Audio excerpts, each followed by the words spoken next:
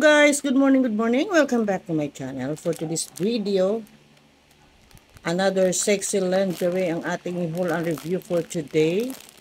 So without further ado, let's begin. This is my new collection for today. Purple. Ang kulay niya ay purple agoy. This is an open crotch lingerie. Ayan oh. Naku po. So, this is my new collection for today. Paano kaya ito? Look at this. Ayan, yung ating lace lingerie boy leg panty bat. This is an open crotch. Look at that. Open na open siyang ganyan. So, tingnan natin yung kanyang quality. Very nice. Maganda po ang kanyang material na lace. Maganda po. Oh. Very stretchable. See-through. Then, ito yung ating size, large size at di ko alam kung ano made in China. Wala siya, hindi ko mabasa kaya sorry na lang. Sa tahi naman, okay naman siya. Very fine ang kanyang sewing. Nice quality. And also here, dito sa dugtungan, very nice ang kanyang overlock. And also here, dito sa kanyang leg hole. But when it comes here, very open. So, no need to remove.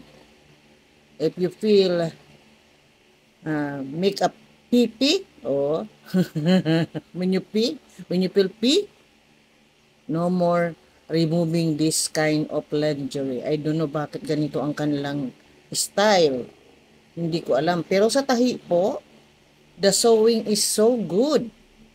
Nice quality and even the material na lace, very nice. See-through na nga, agoy. Buka ka pa rito. See-through na nga, but in the crotch is open. Oh, tingnan mo naman yan, agoy, pastilan. The quality is good. The style is good, but in the crotch is not good. Ewan.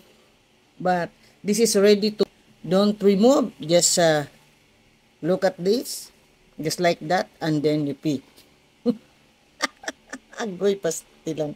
Di mo na kailangang hubarin yan.